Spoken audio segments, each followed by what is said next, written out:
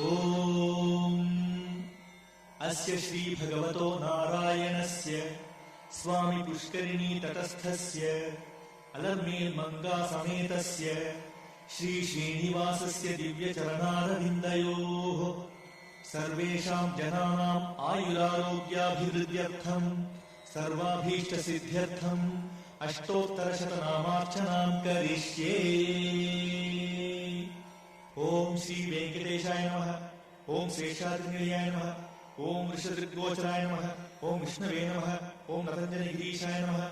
ओम वृषाद्रिपदये नमः। ओम मेरुपुत्रगिरीशाय नमः। ओम नरस्यामितर्जुषे नमः। ओम कुमारकल्पसेव्याय नमः। ओम वज्रदृग्विषयाय नमः। ओम सुवर्चलासुतन्यस्तसेनापद्यभराय नमः। ओम रामाय नमः। ओम